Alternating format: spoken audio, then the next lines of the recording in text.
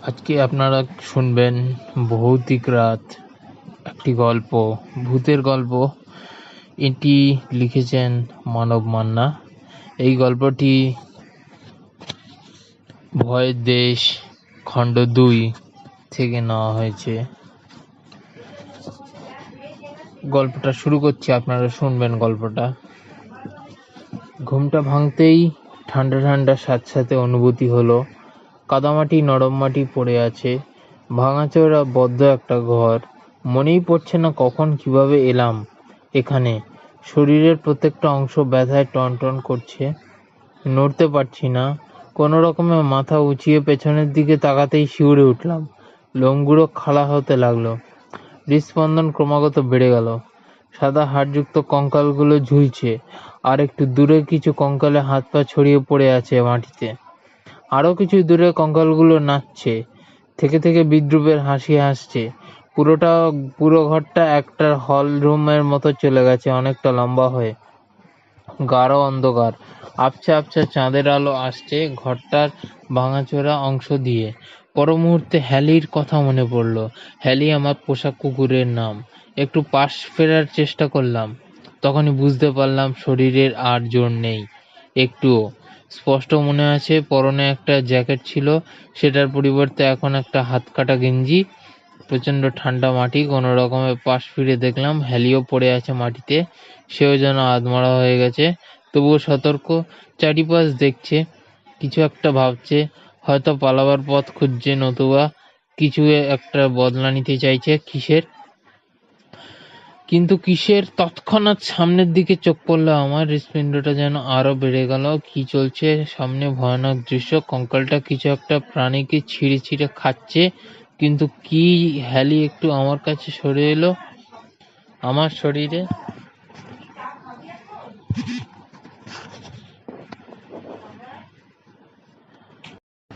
আমার শরীরের সাথে স্পর্শ হতেই বুঝলাম হ্যালি থরথর করে কাঁপছে। প্রচণ্ড ভয় পেয়েছে হয়তো। এভাবেও কোনোদিন কাঁপেনি। যতই বাধা আসুক ঝাঁপিয়ে পড়েছে সম্মুখে। কিন্তু আজ তার কি হয়েছে? রক্তপিপাসু বাদরগুলো উড়ছে মাথার উপরে। হ্যাঁ, এবারে মনে পড়েছে কি কারণে এই অবস্থা। কয়েকদিন ধরে বাইরে বেরোনোর ইচ্ছা হচ্ছিল, একটা নির্জন জায়গায়। তাই বন্ধুর কথায় তারই একটা বাড়িতে উঠেছিলাম কিছুদিন থাকবার জন্য। বাড়িটা অনেক দিনের পুরনো, বছর খানেক কেউ ছিল না। শেষ পর্যন্ত এরকম হাল হবে বুঝতে পারিনি। এখন উপায়? তখন হ্যালির একটা বিস্ময়কর কাজ দেখলাম। হঠাৎই সে ঝাঁপিয়ে পড়ল সামনের কঙ্কালটার উপর। আমি ভয়ে চোখ বন্ধ করে নিলাম। কি হলো জানি না, শুধুই শুনেছি হ্যালির গর্জন। কিছু সময় পর সব নিস্তব্ধ। একটু একটু করে চোখ খুললাম, দেখলাম ভয়ঙ্কর কঙ্কালটা হাড়গুলো পড়ে আছে স্তূপাকারে। কিন্তু এই কিভাবে সম্ভব? এটা হ্যালির দুর্দান্ত একটা কৃতকার্য। যাই হোক, অত ভাববার সময় বা অবকাশ নেই। সারা শরীর ঘামে ডুবে যাচ্ছে। ভাবলাম হ্যালির এই কাজে বোধহয় একটু রেহাই পেলাম। কিন্তু না, পেছন থেকে অস্পষ্ট স্বরে শুনলাম, আমরা এর মাংস ছিঁড়ে খাবো আজ। কি অট্টহাস্য তাদের! হাড় হিম করা রব। পেছনে ফিরে তাকাতেই দেখলাম একটা কঙ্কাল আমার মুখের কাছাকাছি এসে পড়েছে। ও মা বলে চেঁচিয়ে হাত পা ছুড়ে দৌড়তে লাগলাম। কিন্তু কোথা দিয়ে বেরোবো? বেরোনোর রাস্তা নেই। হে ভগবান, কি বিপদের মুখে ঠেললে আমায়! তখন অদ্ভুত একটা কাণ্ড ঘটল। কঙ্কালগুলো যেন কয়েকটা থেকে কয়েকশো হয়ে গেল। ওই হল ঘরেই দৌড়াচ্ছি পাগলের মতো। কঙ্কালগুলো আমার দৌড়ানোর মজা নিচ্ছে। হ্যালি কোথায়? তাকে আর দেখতে পাচ্ছি না আমি দৌড়ানো থামাতেই কয়েক হাজার কঙ্কাল হাত আমার দিকে এগিয়ে আসছে। আমার শরীরের ওপর কয়েক জোড়া কঙ্কালের হাড় চাপা পড়ল। অসম্ভব ঠান্ডা, যেন বরফের কবর দিয়ে দিয়েছে। হাড়গুলোর চাপে ছটফট করছি। হ্যালি কোথায় ছিল জানি না। এই মুহূর্তে সেই অসম্ভব একটা কাজ করে বসলো। কোথা থেকে দৌড় দিল ওই হাড়ের। সঙ্গে সঙ্গেই হাড়গুলো আলগা হয়ে গেল। কোনো রকমে বেরিয়ে নিথর শরীর নিয়ে ভাঙাচোরা দেওয়াল দিলাম ধাক্কা। দেওয়ালটা ভেঙে গেল নিমেষেই। বাড়ি থেকে বেরিয়ে দৌড়ে দিলাম ফাঁকা রাস্তা দিয়ে। বোধহয় হ্যালিকে ওরা মেরেই ফেলবে। দুঃখ করার সময় নেই। কত জায়গায় হোঁচট লেগে পড়েছি তার হিসাব নেই। কিছুটা যেতেই সামনে দেখলাম খোলা মাঠ, তার পাশেই একটা বাড়ি। দেখে মনে হলো এখানে লোকজনের আনাগোনা আছে, তাই একটু মনকে ভরসা দিয়ে দরজায় টোকা দিলাম। বাড়িতে কেউ আছেন? বার কয়েক হাঁক দেওয়ার পর হাঁক পারলাম। কিছুক্ষণ পর একজন ভদ্রমহিলা দরজা খুললেন, বললেন, একটা রাত আমার কিছু অঘটন হয়েছে, তাই বিশেষ কিছু জিজ্ঞাসা না করেই আমার যা লাগবে দিয়ে দরকারি জায়গাগুলো দেখিয়ে বুঝিয়ে মোমবাতি জ্বালিয়ে চলে গেলেন। যাকে একটু স্বস্তি পেলাম, কিন্তু হ্যালির জন্য মনটা কেমন করছিল।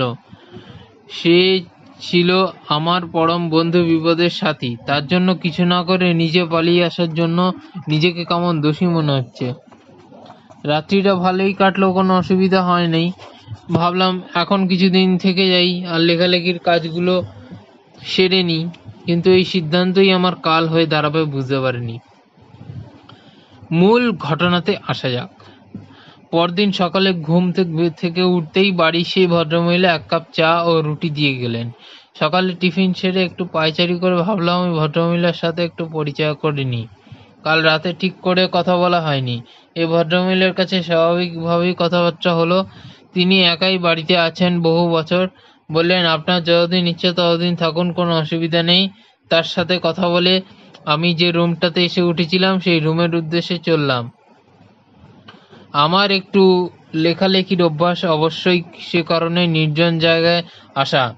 বাইরের প্রবল মেঘ উঠেছে, এক্ষুনি বৃষ্টি আসবে। প্রথমে তো বলে রাখি, আমার রুমটাতে দক্ষিণমুখ জানলা আছে। ওই জানলার পাশে বসেই লেখালেখি করব বলে ঠিক করে নিই। জানলা দিয়ে বাইরে সুন্দর পরিবেশ উপভোগ করব, আর কলম দিয়ে আঁচড় কাটবো খাতায়। আর হ্যাঁ, রুমটাতে একটা আয়না আছে এবং বইয়ের তাক আছে। খাতা কলম নিয়ে বসলাম। কিছু লেখা হয়ে ওঠেনি, শুধু হ্যালির কথা মনে পড়ছে। এই মুহূর্তে পাশ কাটিয়ে সেই ভদ্রমহিলা বলে উঠলেন, অত চিন্তা করবেন না, আপনারা কাজ করুন। শিউরে উঠলাম, শরীরটা ছ্যাদ করে উঠল। কে? আর ভয় পাবেন না, আমি। ও, আপনি কখন এলেন? এক্ষুনি। কিন্তু আপনি কি করে বুঝলেন আমি কিসের চিন্তা করছি বা না করছি? আপনার আবভাব দেখেই বললাম। সামনে খাতা কলম, কিছু লিখবেন তাই ভাবছেন হয়তো। ও হ্যাঁ, লেখার জন্যই তো বসেছি, কিন্তু কিছু মাথায় আসছে না। আসবে, ধৈর্য ধরুন বলে চলে গেলেন ভদ্রমহিলা। তার কথাগুলো কেমন যেন একটা অস্বস্তিকর বিদ্রুপের ভয়ার্থ। কি জানি আরও কি ঘটতে চলেছে। হয়তো ভদ্রমহিলা কোনো না কোনো, আর ভাবতে পারছি না, কোনো কিছুই মাথায় আসছে না। দুদিন এভাবেই কাটলো। বাইরের বর্ষা, ভেতরে বসে আছি খাতা কলম নিয়ে, কিন্তু কিছু লেখা হয়ে ওঠেনি। দুদিন পর সূর্যদেবকে দেখা গেল। ঝলমলে রোদ, সামনে খেলার মাঠ শুকনো হয়েছে। একে একে ছেলেমেয়েরা সেই মাঠে খেলতে আসছে। কিছুদিন ছেলেমেয়েদের কলবরে মনটা ভালো হয়ে গেল এবং দু এক পাতা লেখাও হলো। তবে মাঝে মাঝে এই ভদ্রমহিলার কিছু অলৌকিক কথা এবং কর্মকাণ্ড আমাকে অবাক ও ভয় পাইয়ে দেয়। যেমন জানলার পাশে বসে লেখালেখি করছি, কখন যে সেই মহিলা চা নিয়ে এসে দাঁড়িয়ে আছেন টের পাইনি। হঠাৎ করে কিছুক্ষণ পরে বললেন, অনেক সময় দাঁড়িয়ে আছি যে চা নেবেন না? আর তখনই ভয়ে লোমগুলো খাড়া হয়ে যায়, আর সেদিনের রাতের কথা মনে পড়ে যায়। সেদিন একটু তাড়াতাড়ি দুপুরের খাওয়া শেষ করে লিখতে বসেছি। প্রসঙ্গত রাখি রান্নাবান্না উনিই করেন। বাড়ি ভাড়ার কথা এখনো বলা হয়নি। বাড়ি ফেরার দিন দেবো ভাবছি। লেখার জন্য একটি ভৌতিক ঘটনা ভাবছি। এইরকম নির্জন জায়গায় ভৌতিক ঘটনা ভালোই লেখা যাবে। খানিকটা লেখাও হয়েছে। গল্পের গভীরে প্রবেশ করেছি, তখন আমার ঘাড়ের কাছে একটা ঠান্ডা শ্বাস পড়ল। ভাবলাম হাওয়া বাতাস হবে হয়তো, কিন্তু না। কয়েকবার শ্বাস পড়ল, আর তখনই ঘাড় ফেরালাম। অপর ব্যক্তি বলল, পান এনেছি আপনার জন্য, ওই ভদ্রমহিলা। আর তখনই রাগ হলো। বললাম, পান এনেছেন তো বলতেই পারেন, পেছনে দাঁড়িয়ে আছেন কেন? আপনি ভয় পেয়েছেন বুঝি? বলল মহিলা। হঠাৎ করেই মহিলার কণ্ঠস্বর কিরকম পাল্টে গেল, এক অদ্ভুতুরে। আমি ধরা ধরা গলায় বললাম, হ্যাঁ একটু পেয়েছি বই কি, দিন পানটা দিন বলেই নিয়ে নিলাম। ঠিক আছে, আপনি লেখাটেখি করুন, আমি আসি, প্রয়োজনে ডাকবেন, বলে বিদায় নিলেন মহিলা। উফ, ঘাম দিয়ে যেন জ্বর সারল। তখনই লেখাটা লাটে উঠল। ভাবছি বাড়ি ফিরবো, গোছগাছ শুরু করে দিলাম, আর তখনই কচি কাঁচা ছেলে মেয়েদের কলবর শুরু হয়ে গেল বাইরে। খেলতে এসেছে তাদের কলবর। আমার মনের আনন্দ ভরে গেল। বাইরে বেরোলাম, আর মনে হলো কোথায় কোনো অলৌকিক কিছুই নেই, সব স্বাভাবিক। এক্ষুনি ঘটে যাওয়া ঘটনাটা যেন স্বপ্নের মতন উড়ে গেল। এই কয়েকদিন বাচ্চাদের সাথে বেশ ভাব হয়েছে। বিট্টু নামের একজন ছেলে আমার কাছে এলো, তার মুখে কিছু অলৌকিক ঘটনার কথা শুনলাম। পরিচিত আগেই হয়েছে, তাই বিট্টু এসেই বলল, কাকু কিছু খাওয়াও। বাচ্চাদের মন তো। বিস্কুট দিলাম দুটো। এই দেখে আরো 2-3 জন দৌড়ে এসে বিস্কুট নিল। বিট্টু বলল, কাকু তুমি এখানে আছো, ভয় করে না? আমি বললাম, কিসের ভয়? ভূতের। কি আবল তাবল বলছিস, এখানে ভূত কোথায়? একজন ভদ্রমহিলা আছে, আর আমি তো আছি। তার সাথে অবশ্য সবসময় কথাবার্তা হয় না, একটু আধটু। বাচ্চারা সবাই মিলে বলল, কি বলো কাকু, একজন ভদ্রমহিলা? বলেই নিজেদের মধ্যে কি সব বলাবলি করলো। তারপর বলল, এখানে কেউই থাকে না, কেউই আসে না, শুধু দিনের বেলায় ছাড়া। আর তুমি যে ভদ্রমহিলার কথা বলছো, সে অনেকদিন আগেই মারা গেছে। কি বলছিস তোরা? ভদ্রমহিলা মারা গেছেন? আমি তো তার হাতেই প্রতিদিন ব্রেকফাস্ট থেকে ডিনার করি। তুমি পাগল হয়ে গেলে নাকি কাকু? এখানে কেউই থাকে না, তুমি বলছো ভদ্রমহিলার হাতে ব্রেকফাস্ট করো? বাচ্চারা নিজেদের মধ্যে বলাবলি করতে লাগলো, কাকু বোধহয় এই মহিলার প্রেতাত্মার কথা বলছে। না তো, আর একটা কারণ আছে। বাচ্চারা নিজেদের মধ্যে বলাবলি করতে লাগলো, কাকু বোধহয় ওই মহিলার প্রেতাত্মার কথা বলছে। আচ্ছা কাকু, ওই মহিলা ফর্সা, রোগা, পাতলা? হ্যাঁ রোগা বটে, তবে ফর্সা। এটা শুনে তারা বলল, এই সেই মহিলা, এখানে আর থাকা যাবে না, চল পালিয়ে যাই। বলে তারা দৌড়তে লাগলো। আমি অবশ্য একটু ভয় পেলাম। কালকে চা দেওয়ার ঘটনার কথা ভাবলাম। বললাম, তোরা যাস না, চলে যায়, কথা বলি। তারা ফিরে এলো। তাদের কাছ থেকে জানতে চাইলাম আসল ঘটনাটা কি। বিট্টু বলল, এই বাড়িতে কয়েক বছর আগে একটা পরিবার ছিল। সেই পরিবারের ওই মহিলা বিয়ে হয়ে আসেন, এবং কয়েক বছর পরেই, কি কারণে জানি না, হয়তো কিসের রোগ বা ক্রোধ, এক রাত্রিতে এক এক করে পরিবারের সবাইকে মেরে ফেলে শ্বাস আটকে। বললাম, বাপরে, সাংঘাতিক মহিলা তো। আর তার কিছুদিন পরেই ওই মহিলার বিপক্ষে কোর্ট কাছারি হয়। কোর্টের রায় মৃত্যুদণ্ড শুনে নিজেই আত্মহত্যা করে মারা যান। এই বলে তারা চলে গেল। আমার তো ভয়ে আর সীমা রইল না। হ্যালি পাশে থাকলে হয়তো অনেকটা স্বস্তি পেতাম। সন্ধ্যা হয়ে এলো, কি জানি কিভাবে কাটবে আজকে রাত। পালিয়ে যাব যখনই ভাবলাম, পালালেই হয়তো ভালো হতো। সন্ধ্যা 7টা পেরিয়ে গেল, এখনো ভদ্রমহিলাকে দেখতে পাইনি। অবশ্য এখন আর ভদ্রমহিলা বলে লাভ নেই, পেতনি বলা চলে। প্রতিদিন 7টার আগে সন্ধ্যার টিফিন হয়ে যেত। মনে মনে ভাবলাম, ওর সাথে আর দেখা না হয় ভালো। ভয়ে খিদের কথা ভুলে গেছি। সন্ধ্যা গড়িয়ে নিঝুম রাত্রি নামলো। বাইরে ঝিঝি পোকার ডাক, শিয়ালগুলো ডেকে ডেকে তাদের গর্তে ঢুকে পড়ছে। আজ একটু সামান্য শব্দ হয়ে বিকট হয়ে শোনাচ্ছে। হঠাৎ সেই রাতের কথা মনে পড়ল। কঙ্কালগুলোর অট্টহাস্য, ওফ কি ভয়ানক দৃশ্য। হ্যালি বোধহয় আর নেই, এখন সে পাশে থাকলে একটু সাহস পেতাম। বিছানায় শুয়ে আছি, এই সব কথা ভাবতে ভাবতে কখন চোখের পাতা একত্রিত হয়েছে বুঝতে পারিনি। ঘুমটা ভাঙলো একটা চেনা গোঙানির শব্দে, হ্যালির কান্না। কিন্তু সে এখানে এলো কিভাবে? ওসব ভাববার সময় নেই মোটেও। এখন সে বেঁচে আছে না, এটা বুঝতে পেরে একটু সাহস পেলাম। কিন্তু সে গোঙাচ্ছে কেন? আবার কোনো বিপদ হলো নাকি? অশুভ ইঙ্গিত। টর্চ লাইটটা জেলে বাইরে বেরোলাম।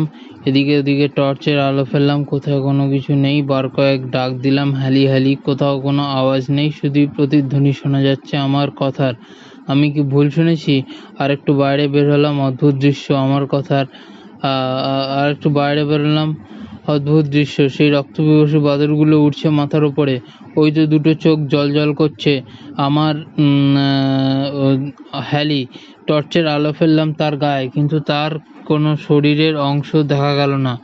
এ কিভাবে সম্ভব? এগিয়ে গেলাম, কোথাও কোনো কিছু নেই। অদ্ভুত তো। পেছনে ফিরে চাইলাম, ওই তো বাড়ির দরজার পাশে দুটো চোখ জ্বলছে। আবার আবার ওই চোখের দিকেই এগোলাম। বাদুড়গুলো ডানা ঝাপটে ঝাপটে আমার মাথার উপরে বসে পড়ছে এবং খোঁচা দিচ্ছে। কি অদ্ভুত কাণ্ড! ছুট্টে বাড়ির ভেতরে প্রবেশ করলাম। কোথায় দরজা পাশে তো কোনো কিছুই নেই। ওই কিন্তু আবারও জ্বলছে ওই দুটো চোখ বাড়ির ভেতরে। আবার এগোলাম, আরো ভেতরে প্রবেশ করছি। ওই চোখের পিছু পিছুই চললাম। কোনো হুঁশ নেই, যেন আলো আর পিছু ছুটছি। মস্তিষ্কে যেন আর কাজ করছে না। সবকিছুই এখন জল দুটো চোখের ওপর নির্ভর করছে। কোনো মায়াজালে আটকে পড়েছি জানি না। ঘরটা যেন শেষ পেতেই চায় না। লম্বা হয়ে চলেছে কত দূর। শেষ পর্যন্ত পৌঁছালাম একটা সিঁড়ি বেয়ে নিচু জায়গায়।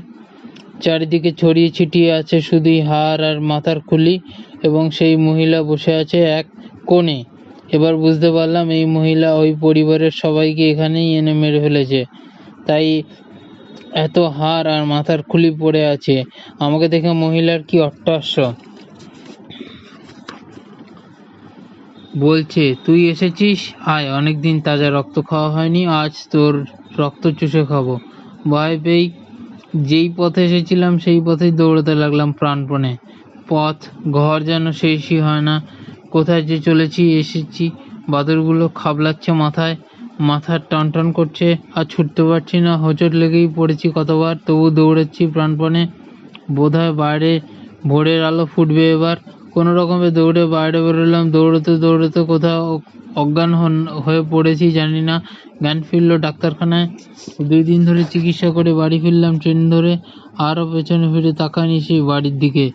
দুঃখের বিষয়, সেই বাচ্চা ছেলে মেয়েদের সাথে দেখা করা হয়ে ওঠেনি আর। এখানেই গল্প শেষ হলো। আপনাদের গল্প যদি ভালো লেগে থাকে প্লিজ সাবস্ক্রাইব করবেন আমার চ্যানেল, লাইক করবেন, ফলো করবেন। নমস্কার।